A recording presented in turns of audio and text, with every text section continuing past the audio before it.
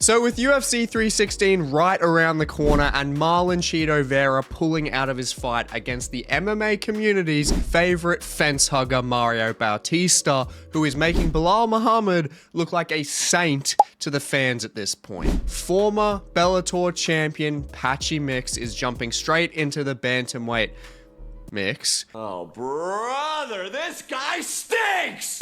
Within the UFC's Bantamweight top 10 with this fight, after leaving the PFL on bad terms, as that organization is a mess. They weren't giving Patricio Pitbull, Corey Anderson, and now of course Patchy any fights, and they were wasting their prime years. So if you weren't aware of who Patchy is and why he is jumping straight into a top 10 fight in the UFC's Bantamweight division, then this video is for you. Enjoy the video.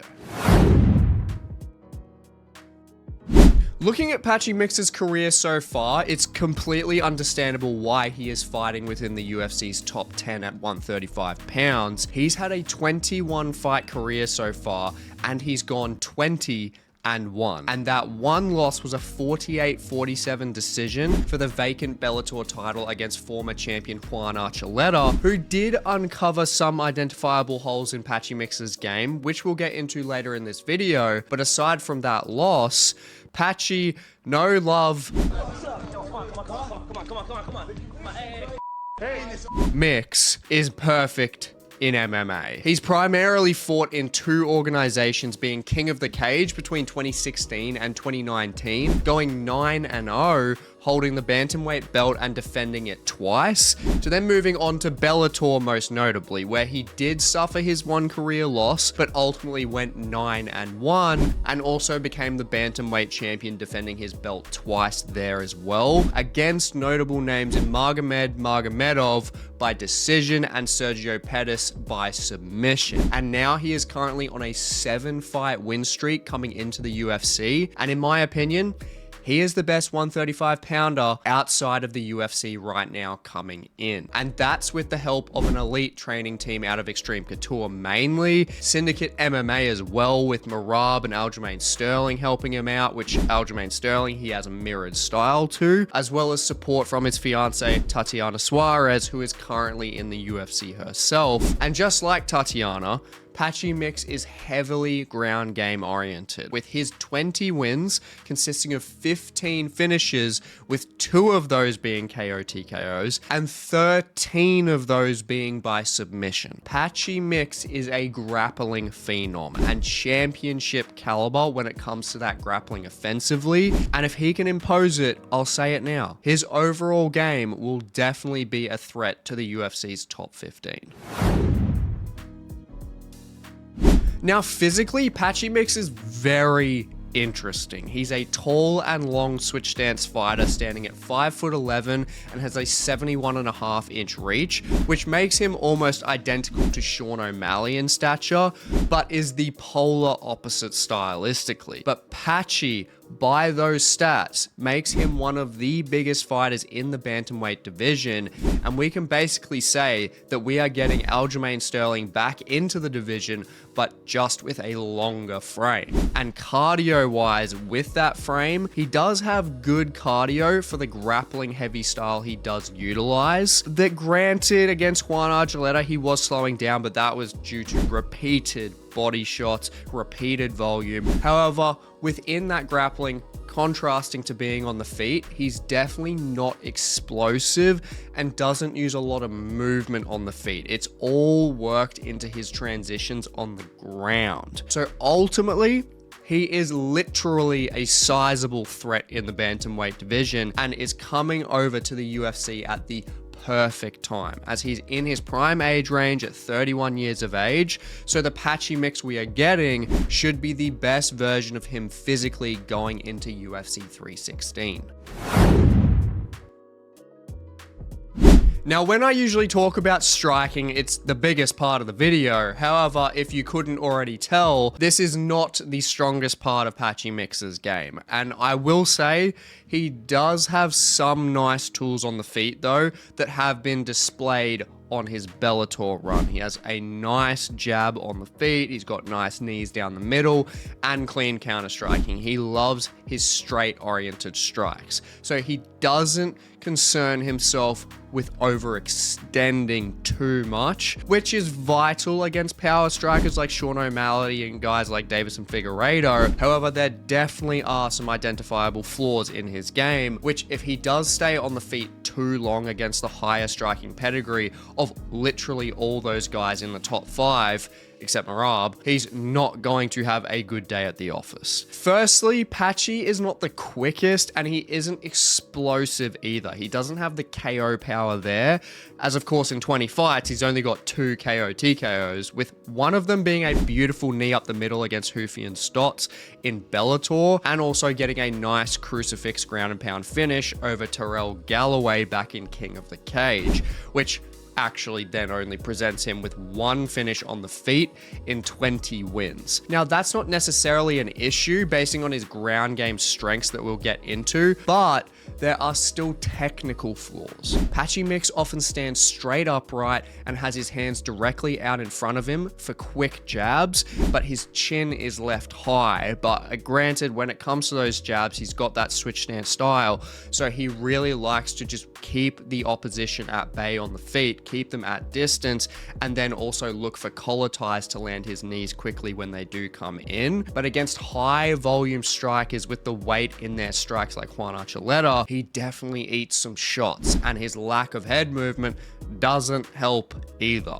But he's also very durable. He was hit with clean shots against Juan Archuleta, he's hit clean shots against Kyoji Horiguchi, and the guy's head just didn't even move. But the head movement definitely is going to need work regardless, especially now going up against guys like Davison Figueiredo and Sean O'Malley, who do have that power. And also, when he is on the front foot, he does have a knack of just following and chasing the opposition when they're circling out, and he doesn't cut them off, which is where Archuleta was able to avoid him and then would counter him effectively. So it's clear to say there are definitely holes in the stand-up, which, if they aren't fixed, could lead to a bad night for him, especially against those kind of strikers that are in the UFC in that bantamweight division. But he does have good straight strikes, and with that reach, he's got weapons to offer that the top 15 need to be aware of course. But compared to their offensive tools on the feet, he is definitely lacking overall going into the UFC. Now, the further we go through this video, the more championship caliber Patchy Mix becomes. Mix was another one of these American fighters who grew up wrestling heavily through school and so on, and that translated from a very young age into the time that he was 15 years old, where he started training MMA and pure grappling, where his wrestling also carried over as his base. So offensively, he is very dangerous. He's very silky with his level changes to either get a single leg, a double leg, or switch and ride the back, get a backpack. And when it gets to the ground, he is just a nightmare to deal with. And unfortunately, Bellator/PFL don't track their statistics through record books, so we don't have specifics on takedown accuracy and takedown defense and so on. But from watching his fights, Patchy has good timing on his entries, can shoot from distance very quickly, which is where the explosivity in his game actually comes in. And similar to Khamzat Chimaev, is extremely good at chain wrestling, sequencing from single legs to backpacking to trip positions, and so on and so on. Also, having strong training partners like Merab Dvalishvili and Aljamain Sterling will continue to sharpen that wrestling ability. And his base, and from what I've seen, definitely one of the best in the division alongside Merab and Umar. But I will say defensively, he isn't impenetrable, as a few opponents have been able to take him down, but it doesn't realistically mean much, as going to the ground with him on top or on bottom is basically just a birthday present for this guy with the grappling caliber that he possesses. And speaking of grappling caliber, this is the bread and butter of Patchy Mix's game. As the thumbnail suggests, the guy is phenomenal in this discipline, and honestly is single-handedly the reason why he has the potential to be a UFC champion. He's trained for 10 years and is a BJJ black belt, and honestly is the most dangerous grappler offensively in the entire division. He is without a doubt one of the most advanced offensive ground game artists that MMA has to offer at this point. He and Umar Nurmagomedov are the pinnacle of submission offense in this division. However, even with similar opposition quality overall, Patchy Mix almost has double the amount of submission finishes in his career comparatively to Umar Nurmagomedov. And he is a nightmare to deal with transitionally. And then the offensive submission threat he has displayed consists of 6 rear naked chokes, 4 guillotines, arm triangles, knee bars, and even a Sulawev stretch against Isaiah Chapman. So it's safe to say the guy has submissions at just about every angle you can bloody think of. And align that with his long limbs, he's an absolute nightmare. If he gets the fight to the ground, I'm confident he can take out half of the rankings pretty easily. That's just how good he is. So ultimately, to take away from Patchy Mix, he's the best bantamweight in the world outside of the UFC now coming in. He's got a stark contrast in his threats, which isn't necessarily the greatest. What I mean is that every single person he fights, except maybe Merab because he's nuts, but doubt they will be fighting anyway because they're teammates, but every single fighter will be avoiding that ground game at all costs like the damn plague, and will be aiming to fluster him with high volume and mixing up high and low on the feet. And fighters like Umar Nurmagomedov, Corey Sandhagen, and especially Sean O'Malley can without a doubt cause problems for him on the feet overall. And realistically, so can most of the division. But on the flip side, in contrast, him against basically everyone on the ground, he is going to be the favorite. Unless Merab is just dragging him through the late rounds, or he is somehow being heavily out-controlled. He's going to be